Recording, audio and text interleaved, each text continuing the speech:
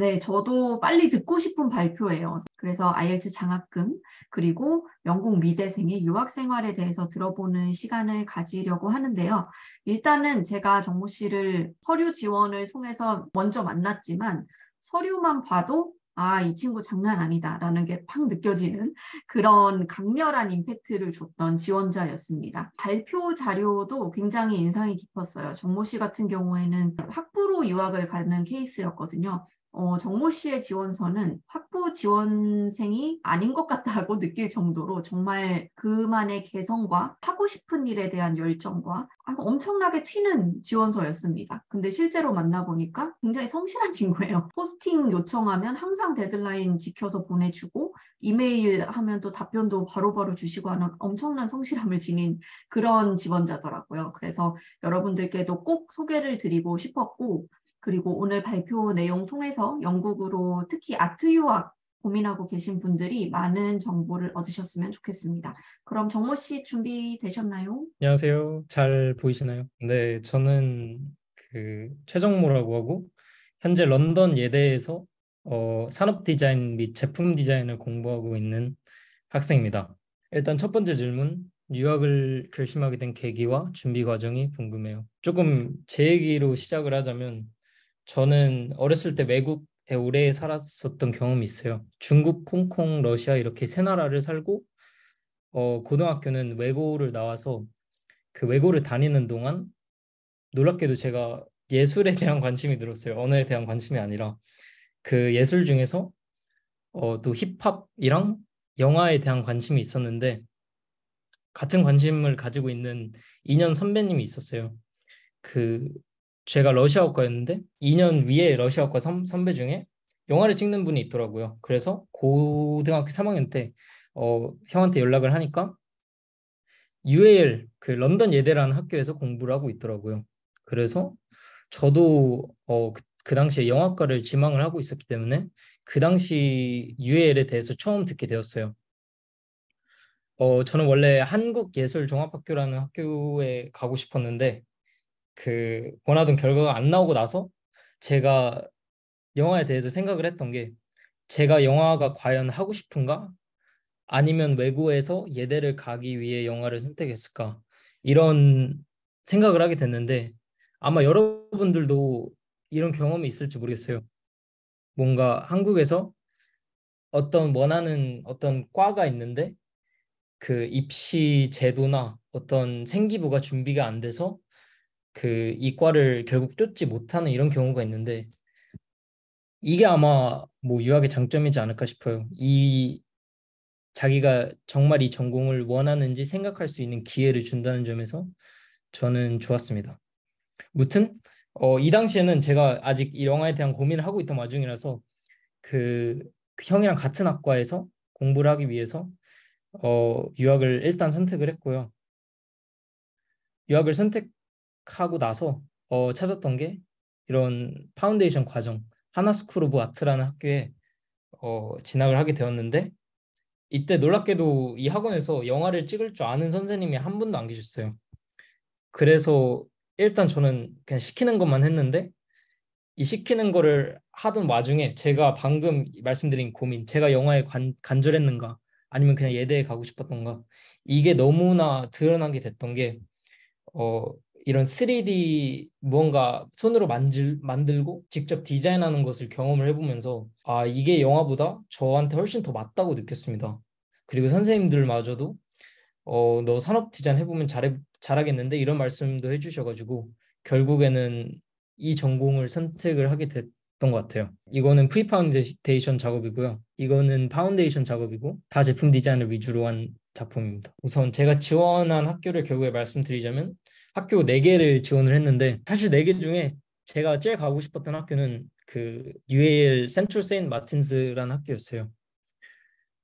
그런데 그 UAL 뭐 하나만 지원하기에는 그 당시엔 조금 무서움이 있어서 저는 UAL 2개 이렇게 CSM 첼시 이렇게 지원을 했고 또 킹스턴 프로덕트 디자인 그리고 러프버로우라는 이런 공대를 지원도 하게 됐어요. 제 입시 결과부터 말씀드리자면 CSM은 그 면접 없이 붙었고요. 첼시 프로덕트 디자인은 면접을 갔는데 면접에서 불합격을 했어요. 그 킹스턴은 포트폴리오를 내고 면접 없이 합격을 했고요.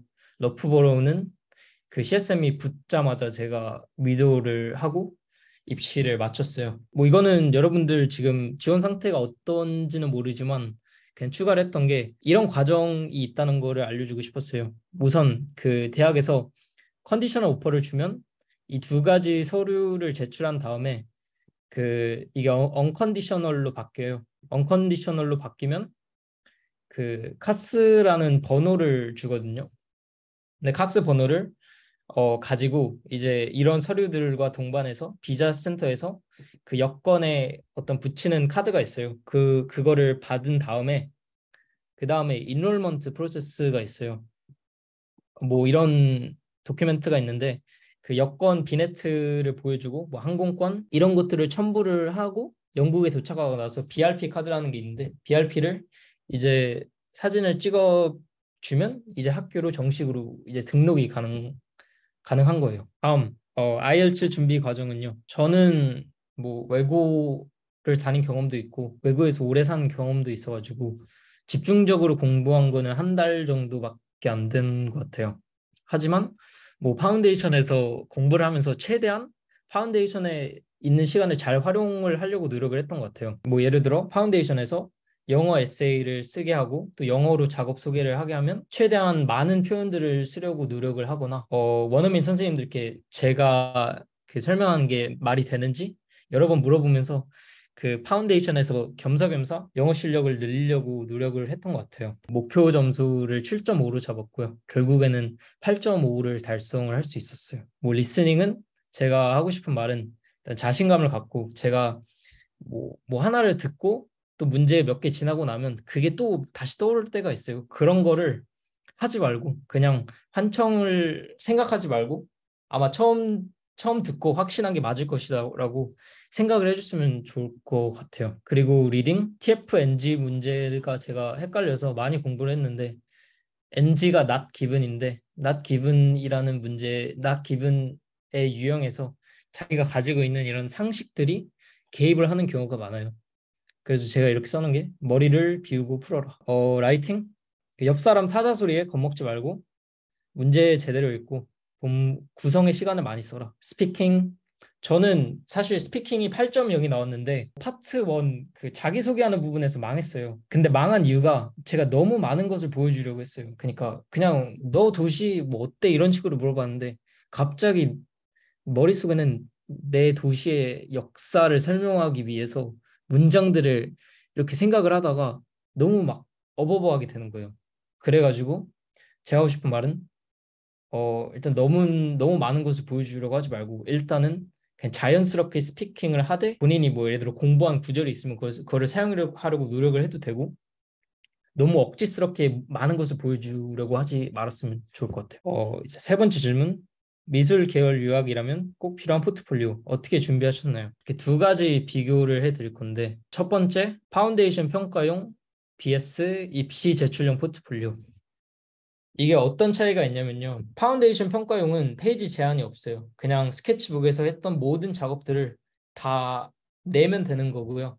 그 낸 자료들 중에서 얼마나 디테일하게 자기가 프로세스를 드러냈는가, 자기의 깨달은 점을 얼마나 이렇게 글 같은 거를 통해 드러내도 되고, 비주얼로 드러내도 되고, 그리고 무엇보다 파운데이션은 이런 그 러닝 아웃컴이 있어요. 이거를 얼마나 잘 충족했는지에 따라서 평가가 되고요.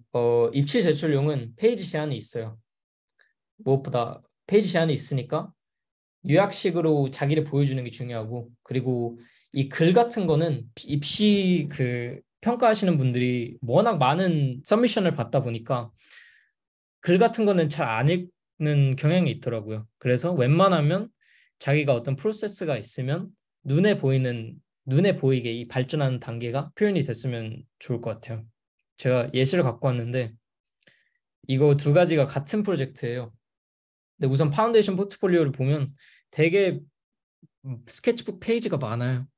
이 모든 제가 한 모든 페이지를 다 추가를 해서 그렇고요. 그리고 이 오렌지색으로 표현된 부분은 이 전 부분의 모든 부분이 대학 제출용 포트폴리오에서는 생략이 되었어요. 결국엔.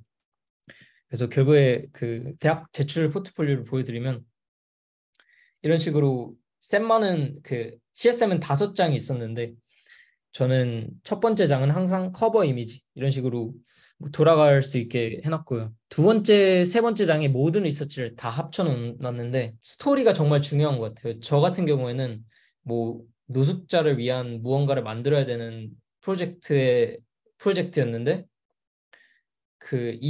여기 이 사진에 계시는 분을 만나기 전에 되게 혼자 생각한 게 많아요. 과연 제품 디자인이 노숙자분들한테 어떤 도움이 될까? 제품으로서 해결이 되지 않는 문제인데 그러면 소득을 내가 어떻게 노숙자분들한테 제공을 해 줌으로써 악순환에서 빠져나올 수 있게 하는가에 대한 굉장히 많은 생각을 사실 했었는데 여기서는 제가 결국에는 생략한 이유가 저는 제 디자인 실력을 보여줘야 되는 입장으로서 뭔가 그런 생각도 좋지만 결국에는 이만큼 중요하지 않아서 생략을 했던 것 같아요. 이분을 만나고 이분을 위해 무언가를 디자인했다. 이런 식으로 이야기를 시작하면서 되게 자연스럽고 매끄럽게 이야기를 풀려고 했던 것 같아요. 뭐 이렇게 스케치 하나로 모아놨고요.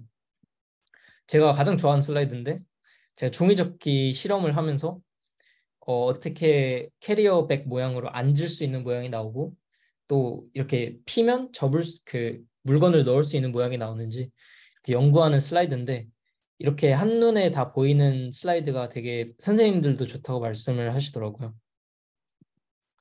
이제 파이널 결과물이고요.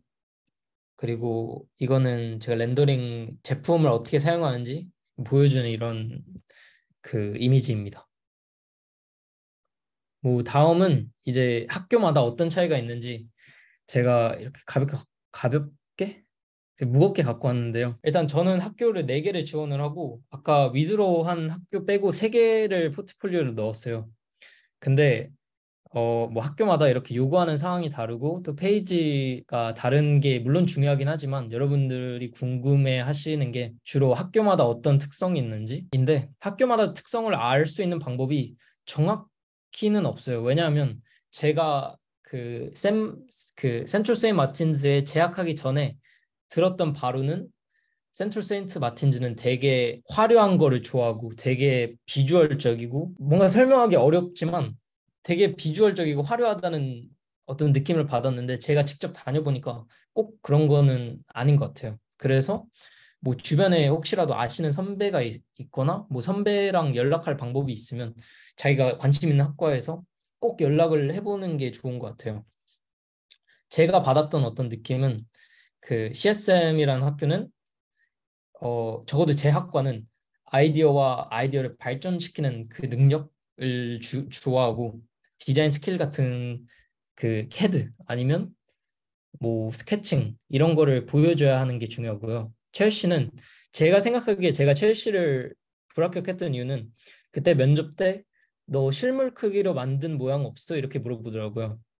근데 사실 제 작업들은 굉장히 실물 크기로 그냥 의자를 만든다기보다는 전에 생각과 실험들이 굉장히 많았거든요. 그래서 첼시가 되게 좋아하는 작업이 아니라는 느낌을 받았던 게 첼시 실제로 다니는 친구를 보니까 수작업을 되게 많이 하더라고요. 그래서 제가 받은 느낌으로는 뭐 실물 크기 완성 모델, 또 수작업 선호, 그리고 여러 가지 재료를 사용하는 걸 좋아하고요. 킹스턴은 그 학과 웹사이트 보시면 뭐 어떤 방향으로 느껴지는 게 없어요. 사실 저도 킹스턴은 잘 모르겠고요.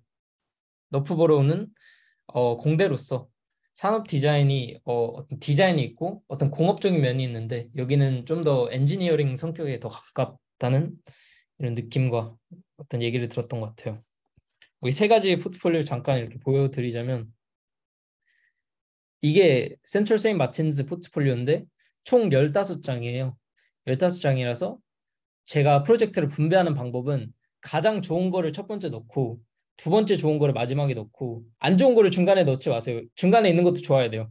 근데 순위로 따지면 첫 번째가 제일 좋은 거, 마지막이 두 번째로 좋은 거, 중간이 세 번째로 좋은 거. 이런 식으로 저는 구성을 했고 그 페이지 개수는 5, 4, 6 이렇게 했고 5개 중에서 첫 번째는 커버 페이지, 두 개는 리서치, 하나는 그 파이널 페이지, 그리고 이렇게 하나는 뭐 어떤 제품 설명을 하는 렌더링 페이지를 보여줬어요. 셋만은 되게 페이지 개수가 적어가지고 이런 부분들을 보시면 되게 이렇게 확 압축돼 있다는 느낌이 들고요. 또 첼시는 슬라이드가 45개나 추가할 수 있어가지고 제 얼굴 사진도 넣었고요. 아까랑 비교를 해보시면 이 위에 부분이 그러니까 이 모든 거를 다 한 페이지에 넣었는데 첼시 프로젝트는 이런 식으로 조금 더 잘 보일 수 있게 나눴던 것 같아요. 또 킹스턴은 30장이라서 제가 첼시랑 비슷하게 한 프로젝트당 약 10장 정도로 썼던 것 같아요.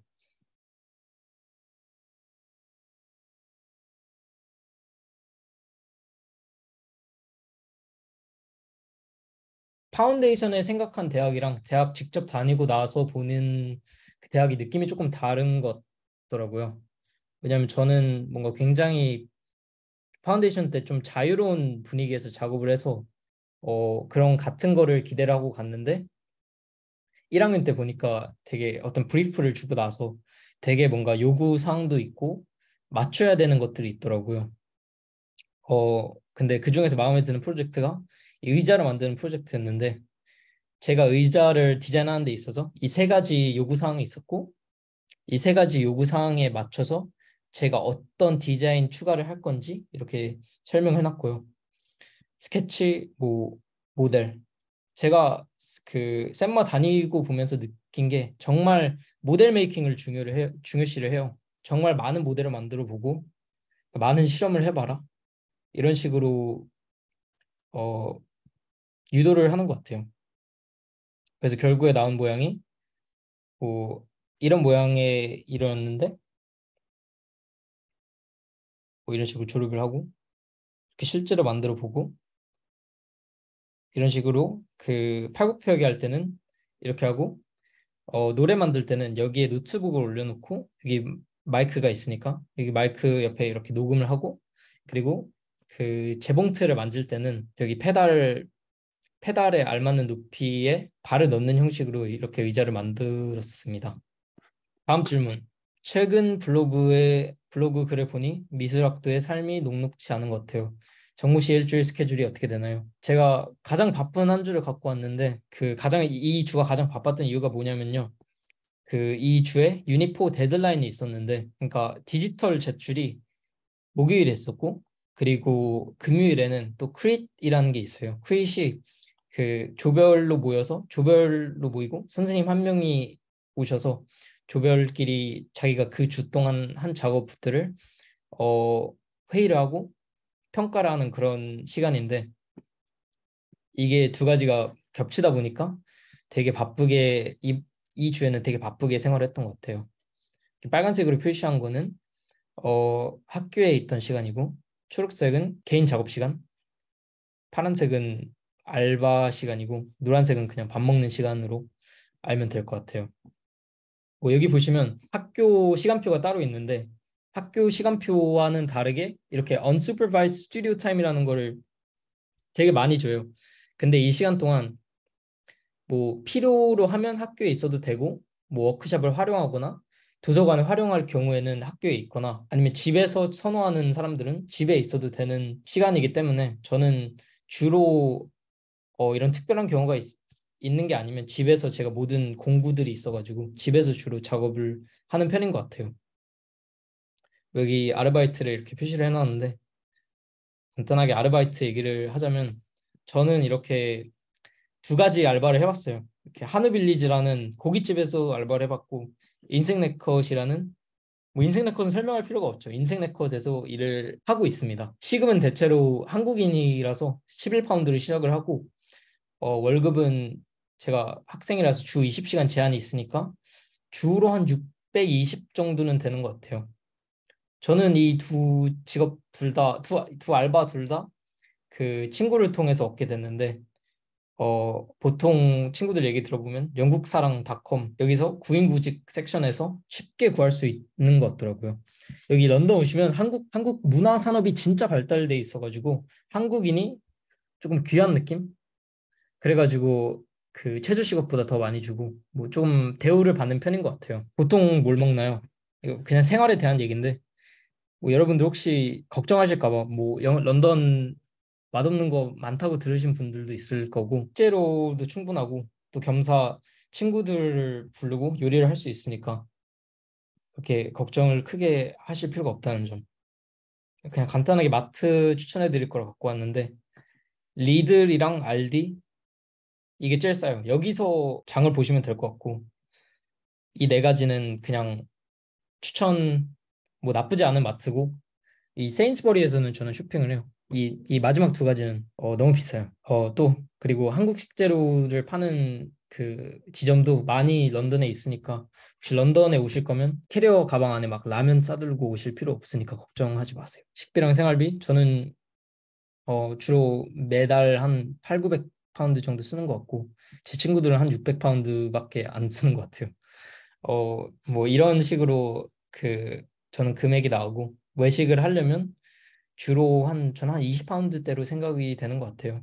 뭐 이렇게 한국 식당을 갖고 왔는데 주로 여기서 한 끼를 먹으면 한 25파운드 정도 쓰게 되는 것 같아요. 유학 선택한 것에 만족하시나요?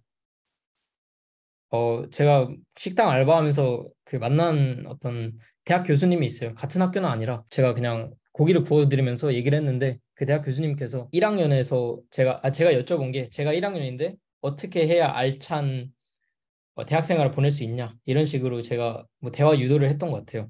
근데 그분이 어떤 말씀을 해주셨냐면 성적보다는 이 도시가 주는 느낌이 중요하다. 도시에서 많은 경험들을 하고 많은 사람들을 만나보고 걸어 다니거나 뭐 책을 읽어도 되고 이런 식으로 학교에서 주는 가르침보다 도시가 직접적으로 주는 가르침이 있고 그것들이 어떻게 보면 나라는 사람 또 나의 커리어에 있어서 많은 도움이 될 수 있다. 이런 얘기를 제가 그 알바를 하면서 들었는데 처음에는 그게 무슨 말인지 잘 몰랐어요. 왜냐면 뭐 학교에서 공부하는 게 중요하다고 생각을 했으니까. 제가 이제 1년이 다 돼가는 지금 생각해 보면 이 도시가 주는 힘이라는 게 진짜 있는 것 같아요. 도시에서 만난 어떤 친구들도 있고 또 도시에 그냥 돌아다니는 사람들이 에너지가 저는 그런 부분들에 있어서 에너지를 많이 받는 것 같아요.